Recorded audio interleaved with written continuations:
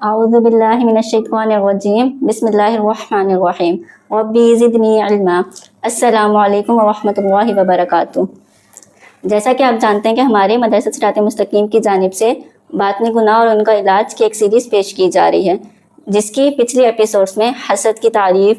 قرآن و حدیث سے مذمت، اس کے اسباب اور علامات پر کلام ہوا تھا، اور آج کیور فار جیلیسی یعنی حاسد کا علاج پر کلام کریں گے۔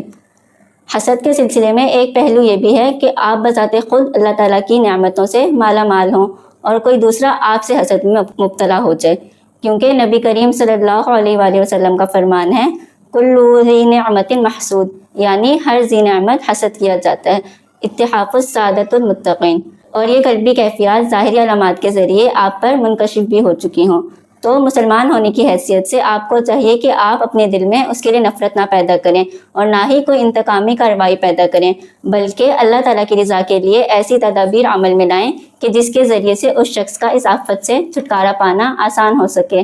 لہٰذا اگر آپ اپنے خاندان، اہل محلہ، آفس، کالج یا یونیورسٹی میں آپ خود محسوس کریں یا کوئی قابل اعتماد دوست آپ کو بتائے کہ فلاں شخص آپ سے حسد میں مبتلا ہو چکا ہے، تو آپ کو چاہیے کہ درج ذیل عمل اختیار کریں۔ سب سے پہلے اسے سلام میں پہل کریں اور وقتاً فوقتاً اسے کسی کے ذریعے سے بھی سلام پہنچاتے رہیں، اور کبھی کبھار سلام کے ساتھ اس کے لیے تحفہ تحائف بھی بھیجا کریں۔ جو فضائل و کمالات حاسد کی ذات میں موجود پائیں ان کے لیے دیگر رشتہ داروں اور دوست احباب کے سامنے تعریفی جملے بیان کریں، تاکہ جب حاسد کو اس کی خبر ملے تو اس کے دل میں آپ کے لیے محبت پیدا ہو اور یہ محبت حسد میں کمی کا باعث بن جائے۔ اگر حاسد کی جانب سے کسی زیادتی کی خبر ملے تو اپنے دل میں اس سے بدلہ لینے کی سوچ بالکل فنا کر دیں، بلکہ ہمارے پیارے نبی صلی اللہ علیہ وآلہ وسلم کے اخلاق حسنہ کو اپناتے ہوئے اس سے بہتر سلوک کرنے کی کوشش کریں، اور خاص طور پر جو اطلاع دینے والا شخص ہے اسی کے ذریعے سے حاسد کے لیے کوئی تحفہ بھیج دیں اور اس کے سامنے حاسد کے لیے دعا کریں، تاکہ اس کے ذریعے سے حاسد کے دل میں آپ کے لیے محبت پیدا ہو۔ اگر حاسد کو کوئی خوشی ملے تو اس کو مبارکباد دیں، اور اگر اس کو مدد کی ضرورت ہے تو اس کی مدد کو پہنچیں یا پھر کسی کے ذریعے سے اس کی حاجت کو دور کرنے کی کوشش کریں، اور اگر اس کو کوئی غم ملے تو اس کے لیے اظہار ہمدردی کریں۔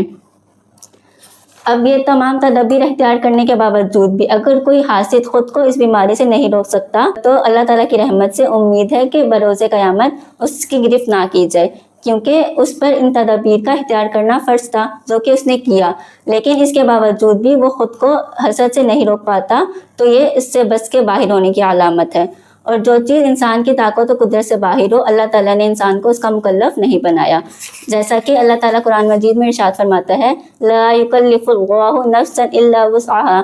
سورۃ بقرہ آیت نمبر 286۔ لیکن اس گرفت سے محفوظ رہنے کی اطلاع دینے کا مطلب ہرگز یہ نہیں ہے کہ احتیاطی تدابیر کو ترک کر دیا جائے، بلکہ اس صورت میں بھی جو بطور علاج بیان کردہ امور ہیں ان پر عمل کرنا فرض رہے گا، چاہے رزلٹ ایز ایکسپیکٹڈ یعنی حسب توقع آئے یا نہ آئے، اور حاسد جو ہے وہ ہر ممکن کوشش جاری رکھے اور اپنے لیے دعا اور استغفار کرتا رہے۔ اللہ تعالیٰ سے دعا ہے کہ اللہ تعالیٰ ہر مسلمان کو حسد جیسی اس بیماری سے ہمیشہ محفوظ رکھے، آمین۔ Do like, share and subscribe our channel Madrasa Sirat Mustaqim. Jazakallah.